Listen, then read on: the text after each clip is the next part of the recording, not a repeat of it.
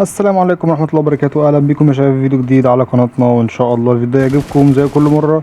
ومتنساش أهم حاجة تصلي على سيدنا محمد عليه أفضل الصلاة والسلام. اللهم صل وسلم وبارك على سيدنا محمد عليه أفضل الصلاة والسلام.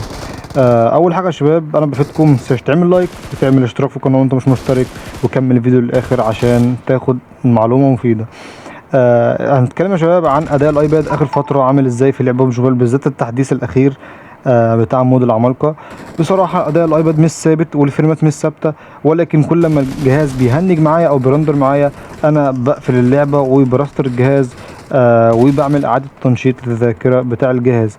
طب الجهاز ليه بيعمل كده؟ الجهاز بيعمل كده بسبب الحرارة. أولا إن إحنا في فترة صيف، ففي حرارة، درجة حرارة عالية في الغرفة أو أيا كان أنت قاعد فين، فعشان كده طبيعي الأيباد يسخن ويديك أداء مش كويس ومش أفضل حاجة. طيب وتاني حاجة برضو يا شباب، هي لو انت محمل على الذاكرة بتاعة التخزين بتاع الهاتف فوق طاقتها بزيادة، فده بالتالي اكيد هيقلل معاك من اداء الجهاز، وطبعا مش هتشوف احسن اداء للجهاز بشكل كامل. وكمان ما ننساش الذاكرة العشوائية او ذاكرة التخزين العشوائية بتاع الجهاز. لازم تعمل تنشيط يا شباب للجهاز، لان الجهاز لو ما عملتوش تنشيط بيبقى فيه ضغط على الرامات وعلى المعالج، فبالتالي الجهاز هيبقى اداؤه سيء جدا جدا وهيعمل معاك دروب فريم كتير قوي.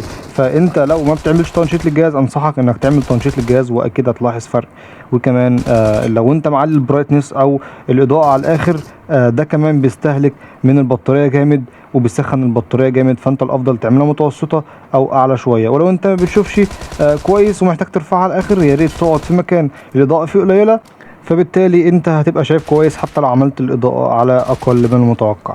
فانصحك انك تعمل اللي انا بقولك عليه ده لو الجهاز بيهنج معاك، سواء كان جهازك ايباد او موبايل او غيره. ولكن لو كان جهازك اصدار قديم يعني بيشغل 30 فريم مثلا واقل، او 40 فريم بالعافية، فانت اكيد يعني لازم تحدث التليفون. وان شاء الله ربنا يرزق الجميع، وان شاء الله ربنا يجيب لك حاجة احسن وتنبسط بيها. وطبعا نتاكد ان الجرافيك يا شباب معمول على سموث او سلسه، ما نرفعش الجرافيك عن كده. حرفيا انت لو رفعت الجرافيك عن كده انت كده بتأذي جهازك جامد وبتقسى عليه بالحرف.